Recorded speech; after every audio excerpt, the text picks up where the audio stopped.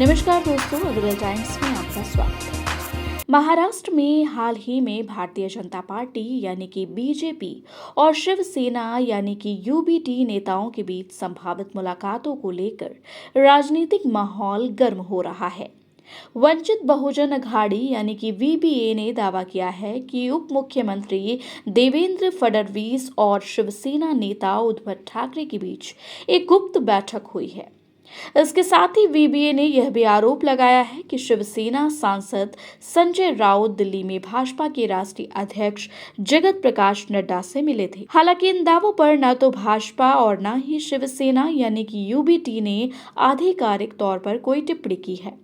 VBA के मुख्य प्रवक्ता सिद्धार्थ मोक्ले ने एक वीडियो संदेश जारी करते हुए कहा कि संजय राउत ने 25 जुलाई को रात 2 बजे नड्डा से दिल्ली स्थित 7D मोतीलाल मार्ग पर मुलाकात की थी।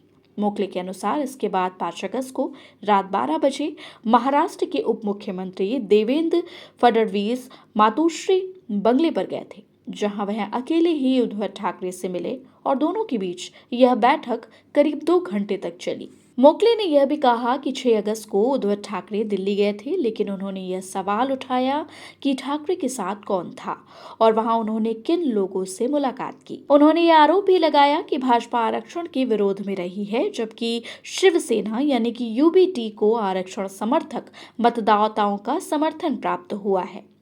इस संदर्भ में मोक्ले का दावा है कि यदि भाजपा और शिवसेना यानी कि यूबीटी के बीच कोई समझौता होता है तो आरक्षण समर्थक मतदाताओं को धोखा महसूस हो सकता है।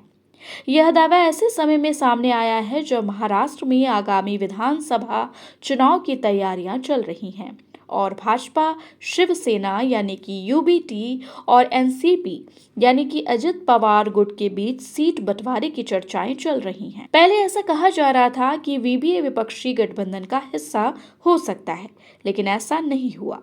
अगर वीबीए का यह दावा सही साबित होता है और उद्धव ठाकरे वाकई भाजपा के साथ गठबंधन का मन बना रहे हैं, तो यह महाराष्ट्र चुनाव से पहले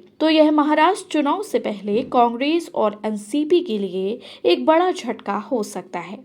कांग्रेस एनसीपी गठबंधन को नुकसान होने के कारण चुनावी समीकरण बदल सकते हैं, जिससे भाजपा और शिवसेना यानी कि यूबीटी को फायदा हो सकता है।